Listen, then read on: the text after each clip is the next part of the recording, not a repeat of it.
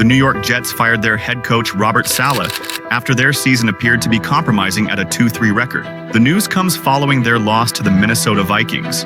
After the collapse of last season, the Jets and the fans were assured that they wouldn't witness such disaster in the 2024 season as Aaron Rodgers would return. However, there haven't been any noticeable changes to the team's offense as they stand in second place within the AFC East division.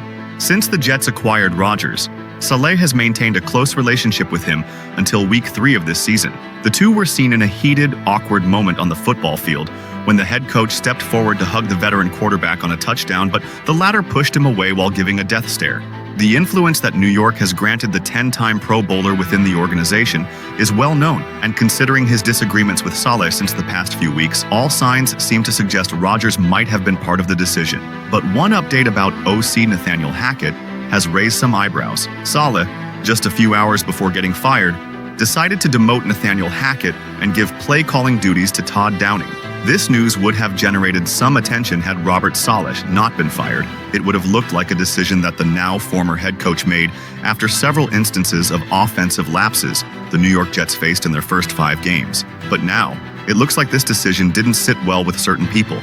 Last season, star quarterback Aaron Rodgers requested the hiring of Nathaniel Hackett as offensive coordinator. Their relationship dates back to their 2 years together with the Green Bay Packers, a time when Hackett helped Rodgers win his 4th league MVP award. Their relationship was so strong that the Jets hired him over what is generally the head coach's decision. By promoting passing game coordinator Todd Downing, Saleh invariably undermined his star quarterback's favorite personnel.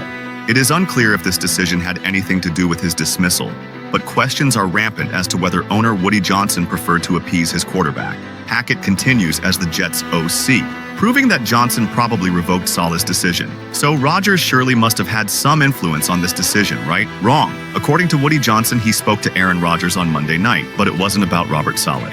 Johnson said Rodgers had no input in the decision made this morning. But if we connect the dots, the story seems pretty clear. Saleh's decision to demote Hackett didn't sit well with Rodgers, and Johnson wouldn't go over his star quarterback, ever.